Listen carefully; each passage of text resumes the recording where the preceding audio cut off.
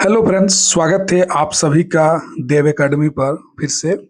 काफ़ी स्टूडेंट का आपका कमेंट आ रहा था कि आपका जो बीएड में जो भी आपका फाइनल ईयर के अंदर हैं या जिनका सेमेस्टर लास्ट सेमेस्टर आपको बचा हुआ, क्या वे बीएड एंट्रेंस का फॉर्म भर सकते हैं या नहीं भर सकते हैं? अगर फॉर्म को भर दिए तो क्या कुछ होगा, नहीं होगा?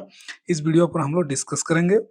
और अगर आप इस चैनल पर नए हैं तो देव एकेडमी को आप सब्सक्राइब करके रख लीजिए। आपको बीएड एंट्रेंस एग्जाम रिलेटेड सारा अपडेट मिलते रहेगा और इस पर आपका क्लास भी चलेगी, तो आपको इस पर कोई दिक्कत होने वाला नहीं है। साथ में आपको झारखंड टेट एग्जाम हो, सी टेट एग्जाम को रिलेटेड सारा अपडेट आपको यहाँ पर मिलते रहेगा। तो चलिए हम लोग डिस्कस करते हैं कि क्या ऐसे कैंडिडेट अप्लाई कर सकते हैं जिनका बीएड आपका आपका सॉरी ग्रेजुएशन या पीजी फाइनल ईयर के अंदर है।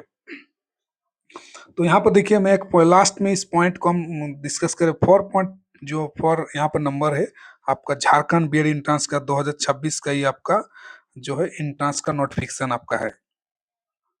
तो यहाँ पर देखिए, यहाँ पर क्लियर इन्होंने मेंशन किया है, the student in the final year of bachelor और master program shall also be eligible to apply for the B Ed admission.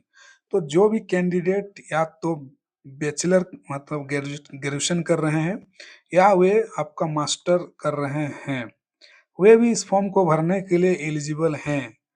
However, their candidature shall subject to submission of the final result at the time of admission and आपका और meeting the marks percentage. तो आप eligible हैं, form भर सकते हैं, लेकिन जब आपका फाइनल एडमिशन होगा कॉलेज में, जब भी मान लीजिए आपका काउंसलिंग के बाद आपका फाइनल एडमिशन, तब आपका मार्कशीट आपके पास होना चाहिए, क्योंकि मार्कशीट के आधार पर तब वो कॉलेज में आपका जमा होगा।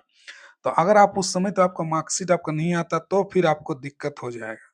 तो चाहे आप ग्रेजुएशन के अंदर हैं या आपका आपका पीजी के अंदर है, लेकिन लास्ट तक आपका मान लीजिए आपने काउंसलिंग आपका ऐसे भी होता है कि आपका काउंसलिंग आपने फर्स्ट काउंसलिंग नहीं किया, थर्ड फोर्थ काउंसलिंग में किया, तो ये थोड़ा क्या होता है, 3 से 4 महीना और डिले हो जाता है, लेट हो जाता है। तो उस समय मान लीजिए आप काउंसलिंग कर सकते हैं, तब आपका मार्कशीट आ जाता है, आपका स्कोर कार्ड आ जाता है, तब भी आप जाके कॉलेज में एडमिशन ले सकते हैं, इसमें कोई दिक्कत नहीं होगा।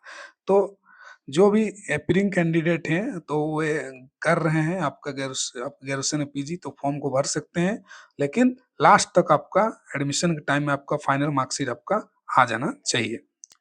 तो आई होप आपको ये डाउट समझ में आ गया होगा, जितने भी कैंडिडेट हैं और जिनको ये लग रहा था कि फॉर्म को भरें या नहीं भरें, उनको ये डाउट था, तो आप फॉर्म को भर सकते हैं। यहाँ पर क्लियर इन्होंने मेंशन किया है, एपीयरिंग वाले सारे कैंडिडेट भर सकते हैं और आप एग्जाम दे सकते हैं। साथ में आपका लास्ट में आपका एडमिशन मान लीजिए इन केस नहीं भी होता तो भी आपको फायदा, आपको बाकी लोगों से एक कदम आप आगे रहेंगे, आपके पास एक अच्छा एक्सपीरियंस रहेगा, आपने एग्जाम दिया है, नेक्स्ट टाइम और अच्छा आप बेहतर आपका रिजल्ट करेंगे। ये एक तो फायदा है, बेकार नहीं है, बट आइए कि आपको खाली एग्जाम देना पड़ेगा और आपको फीस पे करना पड़ेगा। तो ये आपका है इम्पोर्टेंट अपडेट आप सभी के लिए। आई होप आपको समझ में आ गया।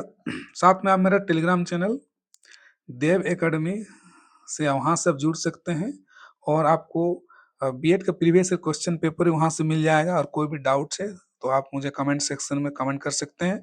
और बीएड नोट्स अगर आप कोल्हान यूनिवर्सिटी चाईबासा के अंदर पढ़ाई कर रहे हैं तो या आपका वुमेन्स यूनिवर्सिटी जमशेदपुर में आप पढ़ाई कर रहे हैं और बीएड का आपको नोट्स चाहिए, आपका नोट्स आपका इंग्लिश मीडियम या आपका आपका हिंदी मीडियम, दोनों किसी मीडियम में पढ़ रहे हैं तो आपको notes details note point wise notes मिल जाएगा।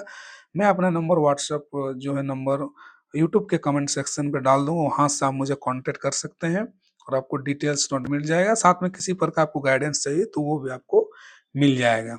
तो मिलते हैं हम लोग किसी और वीडियो पर। Thank you so much.